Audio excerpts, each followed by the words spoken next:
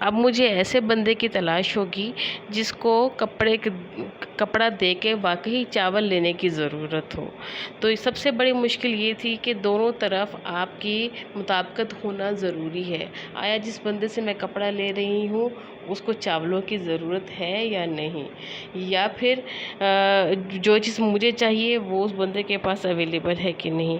تو سب سے بڑا مسئلہ یہ تھا کہ اپنی ضرورت کے مطابق اس بندے کو ڈھونڈنا جس سے آپ کو وہ چیز چاہیے۔ تو اسے ہم کہتے ہیں ضروریات کی دو طرفہ مطابقت کا فقدان تھا، یعنی کہ کمی تھی۔ نیکسٹ ہے جی مشترکہ پیمانہ قدر کا فقدان، یعنی کہ سیم کامن میئر کے lack of common measure of value. اب جیسے کہ میں کہہ رہی ہوں کہ چاول اور کپڑا، اب دونوں کی جو آپ کے ویلیو ہوگی وہ کم ہوگی۔ یقیناً جو چیز کپڑا ہوگا ہو سکتا ہے وہ مہنگا ہو اور چاول اس وقت میں سستا ہو، یا چاول مہنگا ہو اور کپڑا سستا ہو۔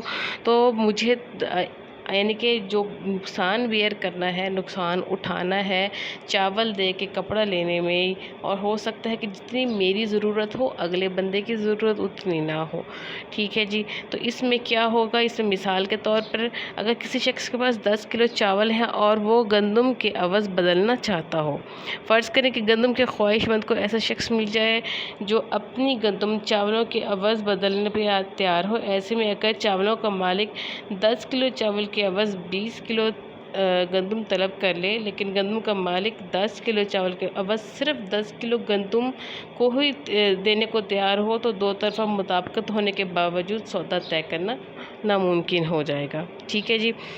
اگلا ہمارے پاس جو اس کی پرابلم تھی وہ کیا تھی، اشیاء کی عدم تقسیم پذیری، لیک آف ڈیویزیبلٹی آف گڈس۔ جی ڈیویزیبلی مطلب کوئی ایسی چیز ہے جس کا حجم زیادہ ہے یا مقدار میں زیادہ ہے اور اس کو ہم ڈیوائیڈ نہیں کر سکتے۔ فرض کریں جی کسی بندے کے پاس گائے ہے اور وہ گائے کو دے کے 10 کلو گندم لینا چاہے گا، تو کیا گائے کا حجم اور 10 کلو گندم کا حجم برابر تو نہیں ہوگا۔ اب وہ یہ تو نہیں کرے گا کہ جی گائے کو ذبح کر کے اس کا کچھ حصے اس بندے کو دے دے۔ تو یہ سب سے بڑا مسئلہ تھا جی، کہ لوگوں کو کیا تھا، اشیاء کی عدم تقسیم پذیری کا بھی معاملہ تھا۔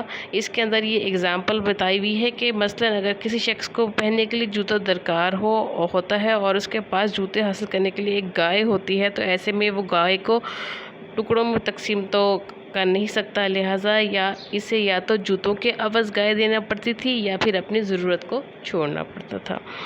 دوسرا چیز ذخیرہ قدر کا فقدان means lack of store of value.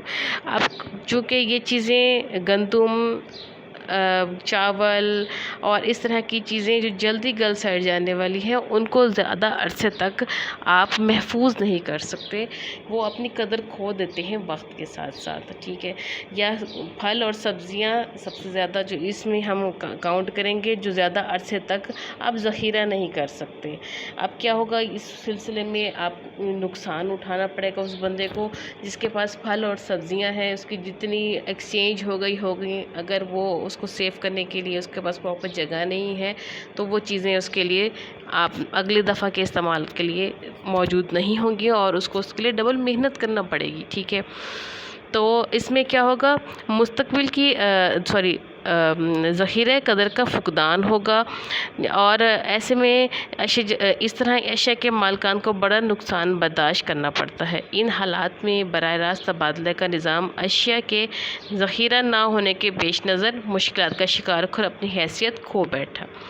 دولت کی نقل مکانی کا فقدان، یعنی کہ lack of transfer of wealth, ایک جگہ کو دوسری جگہ پہ منتقل کرنے کا جو مسئلہ تھا وہ اپنی جگہ پہ تھا۔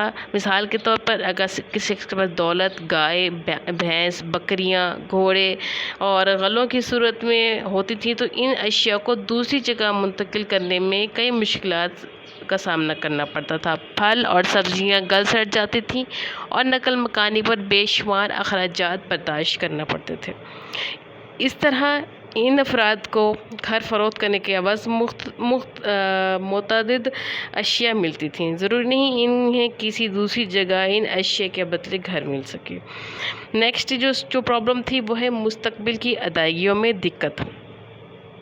مستقبل کی ادائیگیوں میں دقت اس طرح تھی کہ جو چیز موجود ہے آپ صرف اس کے مقابلے میں ہی ایکسچینج کر سکتے ہیں۔ اب اگر ایک فصل کو پکنے میں دیر ہے اور آپ کو کپڑے کی ضرورت ہے یا آپ کو کسی اور چیز کی ضرورت ہے یا آپ کسی جوتے کی ضرورت ہے، جب تک وہ فصل پک کے تیار نہیں ہوگی آپ اپنی ضرورت پوری نہیں کر سکتے، ٹھیک ہے، کیونکہ زمین ہے، چیزیں کوئی پتہ نہیں ہوتا کہ حالات کیسے ہو جائیں، حالات خراب بھی ہو سکتے ہیں اور ہو سکتا ہے کہ اس کی آمدنی اتنی ہے، اس کی جو پیداوار ہے وہ اتنی نہ ہو کہ وہ ادھار کی شکل میں واپس کر سکے۔ تو ان حالات میں براہ راست تبادلہ کا نظام دونوں فریقوں کے درمیان ادھار لین دین کے سلسلے میں اپنا مؤثر کردار ادا نہیں کر سکا۔ حکومتی وصولیوں کے حصول میں دقت۔ اب جب حکومت ہے اس کو لوگوں سے واجبات، اخراجات اپنے لینے ہیں، تو وہ جن کے پاس زر موجود نہیں ہے وہی اشیاء موجود ہیں، تو ان میں کچھ اشیاء جو جلدی گل سڑ جاتی تھیں اس کا تو حکومت کو کوئی فائدہ نہیں ہوتا تھا۔ اس طرح حکومت کو کثیر نقصان اٹھانا پڑتا۔ دوسری طرف حکومت کو اپنے فرائض سر انجام دینے کے لیے مختلف لوگوں کو ادائیگیاں کرنی پڑتی تھیں، جو اشیاء کی شکل میں ہونے کے باعث دو طرفہ مطابقت کا نہ ہونا، عدم تقسیم پذیری، ذخیرہ قدر کا نہ ہونا وغیرہ جیسے مشکلات کے باعث حکومت کے لیے کئی قسم کے مسائل کو جنم دیتی تھی۔ ان حالات میں یہ نظام بری طرح متاثر ہوا اور اپنی قدر کھو بیٹھا، اور معاشی نظام کو چلانے کے لیے زر کا حصول ضروری ہو گیا۔ اگلا جو ٹاپک ہے وہ ہمارا زر کا ارتقاء ہے۔ انشاءاللہ نیکسٹ لیکچر میں ہم یہ زر کے ارتقاء کا ٹاپک پڑھیں گے کہ کس طرح زر وجود میں آیا۔ Thank you very much.